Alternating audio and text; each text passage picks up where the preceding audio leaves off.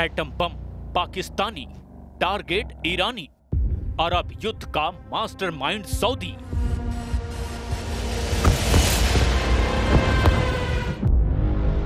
इस वक्त पश्चिम एशिया से लेकर के अरब की जमीन पर जो जंगी पैंतरे चल रहे हैं वो वाकई सर्वनाश के पुख्ता संकेत हैं। एक तरफ गाजा में इजरायली हमले में एक ही दिन में 100 के करीब फिलिस्तीनी मारे गए, 4 लाख से ज्यादा फिलिस्तीनी गाजा सिटी छोड़कर भाग चुके हैं।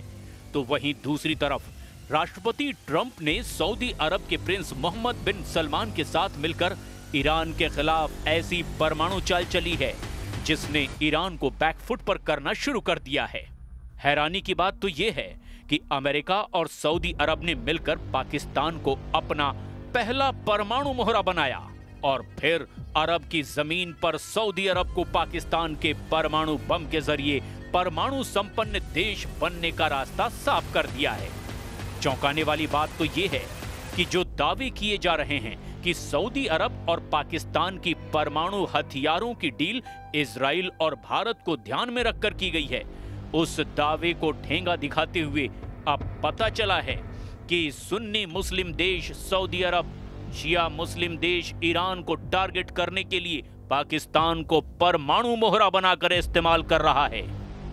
यानी ईरान के ऊपर सऊदी अरब पाकिस्तान के परमाणु बमों से हमला कर सकता है, क्योंकि ईरान एक शिया मुस्लिम मुल्क है और सऊदी अरब से उसका 36 का आंकड़ा हमेशा रहा है। हम आपको गाजा में खूनी संग्राम से लेकर अरब युद्ध में मास्टरमाइंड बनने जा रहे सऊदी अरब की वो चाल दिखाने जा रहे हैं जिसने पुतिन के भी ईरान के बहाने पसीने निकालने शुरू कर दिए हैं। ईरान पर गिरेगा पाकिस्तानी परमाणु बम, अमेरिका का मोहरा सऊदी अरब।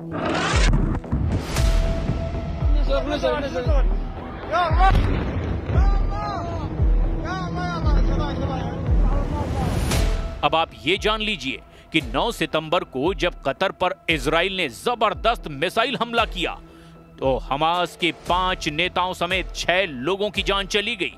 उसके बाद 57 मुस्लिम देशों वाले संगठन OIC या कहें कि इस्लामिक सहयोग संगठन ने इजराइल के खिलाफ भाषणबाजी तो खूब की, लेकिन जमीन पर कुछ असर अब तक दिखाई नहीं दिया। 9 सितंबर को कतर पर इजराइल ने मिसाइल हमला किया और मात्र इस हमले के 10 दिन के अंदर ही सऊदी अरब और पाकिस्तान के बीच परमाणु हथियारों को लेकर डील हो गई।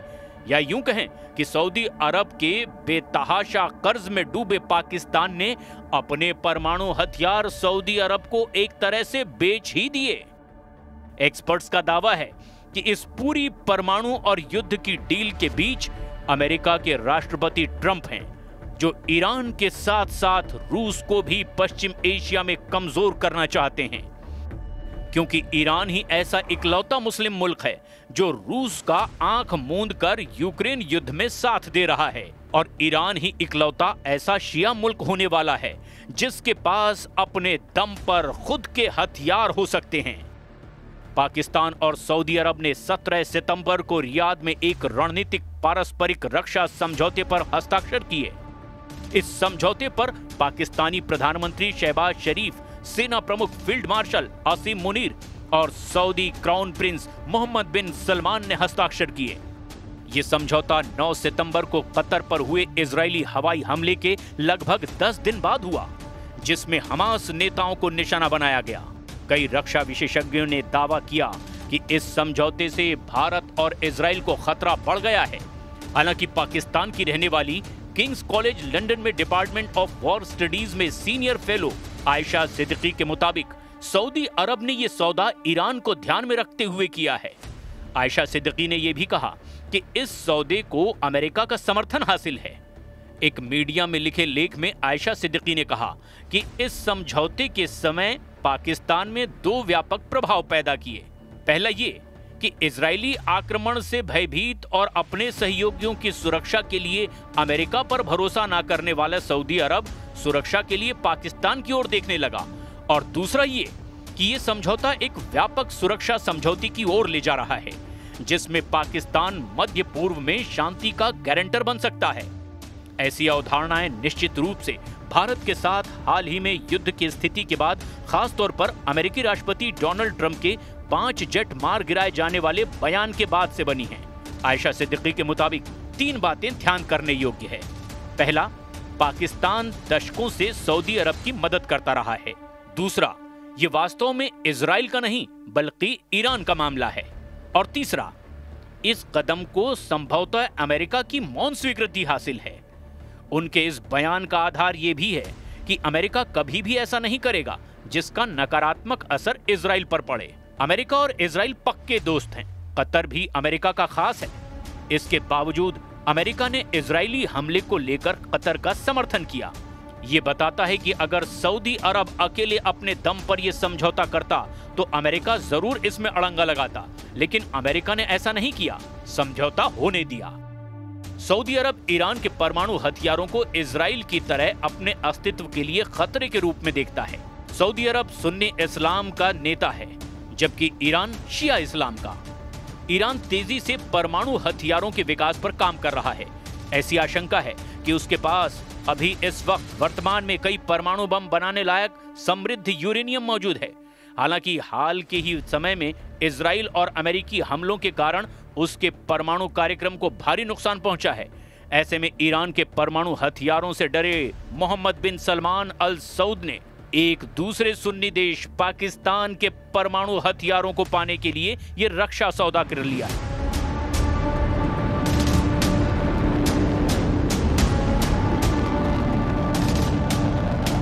और मौसम इस वक्त तराजू में, क्योंकि जब होता है कि एक पर हमला दूसरे पर हमला, तो फिर ज़ाहिर पाकिस्तान की तो भारत के साथ नहीं बनती, और हालिया भी जंग हुई, तो क्या ये समझा जाए कि बाकायदा तौर पर एक वो भी उस तरीके से इन्वॉल्व होंगे? अगर पाकिस्तान और भारत का तनाज़ा होता है, फिर सऊदी अरब का किसी से तनाज़ा होता है, तो हमारी भी फोर्सेज इन्वॉल्व होंगी? जी बिल्कुल, इसमें कोई शक नहीं है। हमने कोई किसी जो है वो मुल्क का नाम नहीं लिया कि कौन मुल्क जो है वो अग्रेसर होगा तो हम जो है वो रिटेलिएट करेंगे। ना सऊदी अरेबिया ने उसका कोई नाम लिया है, ना हमने कोई नाम लिया है। तो इट इज़ जस्ट एक अम्ब्रेला है जो प्रोवाइड किया गया है दोनों अतराफ से कि किसी के साथ भी एग्रेशन हो, किसी साइड से भी एग्रेशन हो, वो जॉइंटली उस चीज़ को जो है डिफेंड किया जाएगा, उस एग्रेशन का जवाब दिया जाएगा। पाकिस्तान के प्रधानमंत्री शहबाज शरीफ के साथ पाकिस्तानी सेना प्रमुख आसिम मुनीर, उप प्रधानमंत्री इशाक डार, रक्षा मंत्री ख्वाजा आसिफ, वित्त मंत्री मोहम्मद औरंगजेब और हाई लेवल डेलीगेशन सऊदी अरब पहुंचा है। जिस वक्त इस रक्षा समझौते पर साइन किए जा रहे थे, तब पाकिस्तानी सेना प्रमुख आसिम मुनीर भी वहां मौजूद थे। एक अधिकारी ने रॉयटर्स को बताया कि यह समझौता किसी खास देश या घटना के खिलाफ नहीं हुआ, बल्कि दोनों देशों के बीच लंबे समय तक चले गहरे सहयोग का आधिकारिक रूप है। लेकिन हकीकत में यह समझौता ईरान पर दोहरी मार है। उसके परमाणु फैसिलिटी पर हमले हो चुके हैं और सऊदी अरब को पाकिस्तान के परमाणु हथियार मिलने का रास्ता साफ हो चुका है। लेकिन हैरानी की बात यह है कि सऊदी अरब, कतर और पाकिस्तान कतर पर हमले और गाजा में कत्लेआम पर इजराइल के खिलाफ एक भी सख्त कार्रवाई नहीं कर पाए हैं, जबकि गाजा में इजराइल फिलिस्तीनियों को गाजा सिटी से भागने पर मजबूर कर रहा है। Gaza to Saudi Arab, Trump Netanyahu का अरब युद्ध।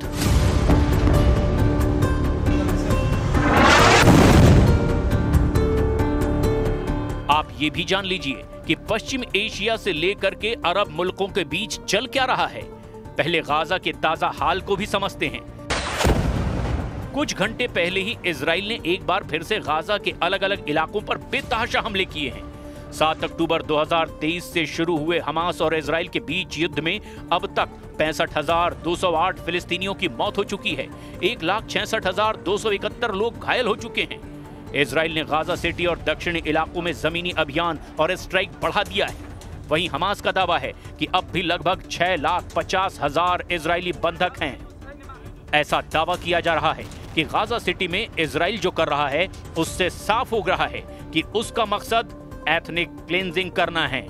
लाखों लोग इस वक्त इजरायली हमले की वजह से बेघर हैं। शहर में कई बिल्डिंग्स को आईडीएफ के जरिए तबाह किया गया है। ऑपरेशन में सिर्फ 2 हफ्ते में 20 से ज्यादा टावर ब्लॉक ध्वस्त कर दिए गए हैं। सेना का कहना है कि इन इमारतों का इस्तेमाल हमास करता था, जबकि स्थानीय लोग और संयुक्त राष्ट्र मानवाधिकार कार्यालय यानी OHCHR इसे नागरिकों को जबरन उजाड़ने की कोशिश बता रहा है। इजरायली सेना ने हाल ही के दिनों में जैतून, मुफ्फा, शेजाया और शेख अल रदवान इलाकों में भी लगातार घरों को निशाना बनाया है। इन जगहों पर तबाही सैटेलाइट तस्वीरों में साफ दिखाई दी है।